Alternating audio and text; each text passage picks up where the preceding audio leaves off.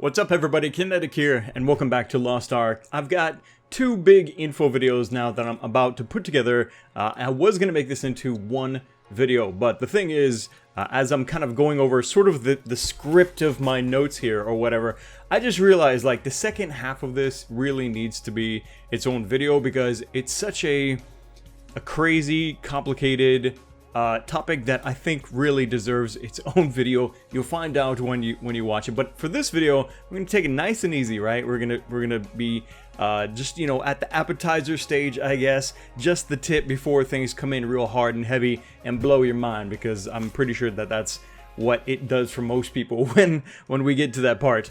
But I mean, this is really kind of still continuing along, I think, very familiar grounds. We're going to be talking about gear progression, and a lot of this is not going to be very surprising in itself until we start getting into exactly how we start pushing our stats, and that's going to be in the next video. So without further delay, let's get to it, shall we? So at the beginning of the game, of course, you're stripped naked practically. You've got only beginner gear, right? You're going to be going through your basic quests, your story quests, and that's how you're going to be gearing up for the most part until you get access to dungeons, which I believe is around level 14 or 15, something like that, access to your first dungeon. Also, there will be world bosses that you may run into, and upon completion of killing bosses in dungeons, completing the dungeons, or killing world bosses, you will get even better loot, and maybe even have the chance, maybe, to get into a Chaos Gate pre-level 30, but it's going to be very difficult up to that point. You're probably going to want to wait. Most people are going to want to wait, I think, until they're at least level 30, a little bit better geared, and then go into Chaos Gates because, as I mentioned in the previous video, those are very, very hard events right there. Post 30, it starts off kind of more of the same. You'll be doing main story and dungeons, continuing to do those for getting gear, but things are definitely going to get more challenging, especially with the dungeons. Things like the King's Tomb, definitely one of the most challenging events once you get to 30. Also the Infinity Tower, also known as the Tower of Infinity, sometimes called the Challenge Tower. Each level you will get you'll get various rewards, including chests that may contain epic pieces of gear for you to upgrade from. Also, raids will be available to you at 30, and continuing also with world bosses, which apparently have some of the best gear that can possibly drop, including epics and legendary items. Aside from that, though, you can also get access to gear from merchants. You can purchase some epic items with simply gold, which is kind of surprising, but that's a thing. It's not the most powerful gear, certainly, because it is, for one, only epic items, and apparently it's not quite as good as other epics, it seems, from some of the opinions that I've gotten about the ones that you can buy with gold. Also, crafting is going to be a good source for getting your next epic item, or even a legendary. You can craft legendaries in Lost Ark, and of course, in order to craft those, you will need some really rare and powerful materials, which will come from some of the hardest content that you can take on in Lost Ark. For example, world bosses may drop materials, certain dungeons or raids or something like that, in order to get access to being able to craft a legendary item. And of course, we also know that there's going to be an auction house. We have no idea what the auction house will actually allow you to sell, which items may be bind on pickup. For example, maybe some of those legendary crafting materials may not be able to be sold on the auction house. We just don't know at this time what is or what isn't possible on the auction house, since it isn't even active. But I think if they're smart, they'll do this more or less the same way that World of Warcraft is doing it, because the best items that you can get in the game, right, are from doing, for example, raids, or maybe some really long quest chain where you have to, you know, collect materials and things like that, like Shadowmourne or something like that. That's hopefully the way that they're going to go with the most powerful gear, because of course we don't want a pay-to-win situation where everything, including the most powerful things, can be sold for gold, because then the real money traders, you know, gold sellers, are just going to take full advantage of that and ruin the economy. So hopefully they're not going to be stupid enough to do that.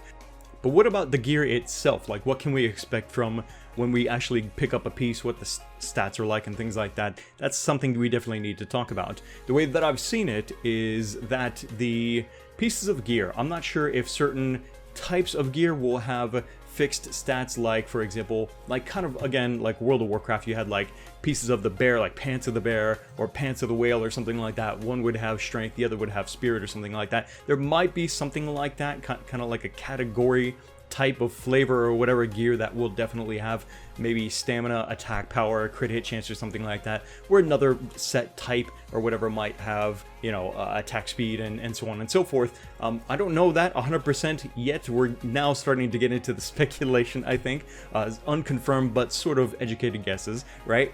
So gear may come like that, right? It will have different types of stats, and will also have a range of how powerful maybe each of those stats may be. An RNG range from something like maybe 75 to 100 attack power may roll when you pick up that piece or when you craft that piece, right?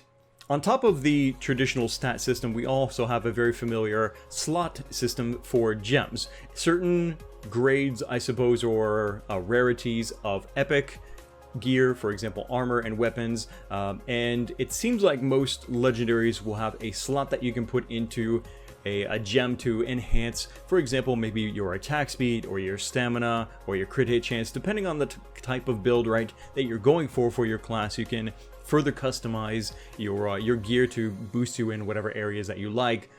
But that's where it really starts to like blow my mind, and I'm pretty sure most people are gonna be scratching their heads the first time that this gets explained, which is why I'm making it its own video.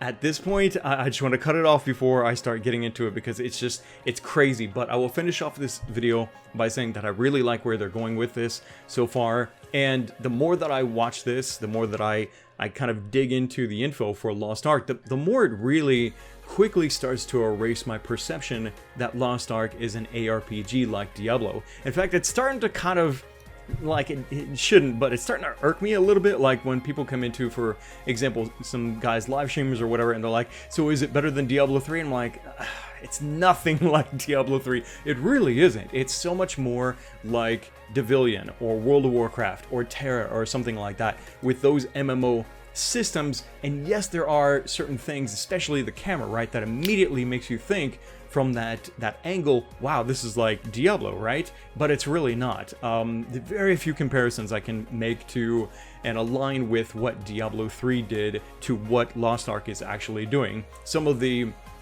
only other comparisons I can think of really are, for example, like the Chaos Gate. The Chaos Gate is very similar to, for example, Greater Rifts. You have a whole progression system where you're killing mobs or you know, whatever, to fill up the bar, and within a certain amount of time as well, then a main boss spawns. You have to take him down within that time limit, and then at the end, that's when you get all your loot. That's basically Greater Rifts from Diablo 3, and it's one of the few things I can really compare to.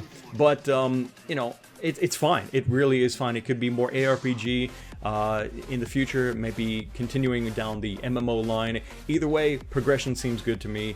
But I want to know what you guys think. I mean, is this what you are expecting as far as, is it going to be more of an MMO to you, you know, when you were looking at Lost Ark? Or did you think that it was going to be much more like an ARPG? Let me know what your thoughts are down in the comment section below. Click the like button to support these Lost Ark videos here on the channel. As you guys know, I'm going through all of the info that I possibly can with a fine-tooth comb to dig out every little bit that I can, write it down, and bring it to you guys. And so far the reception has been really good. You guys seem to be digging the videos, so I'll make sure to keep them rolling out as best as I can. Make sure you're subscribed so you don't miss the next video. Thanks again for watching. My name is Kinetic, and I'll see you in the next video talking about gems soon.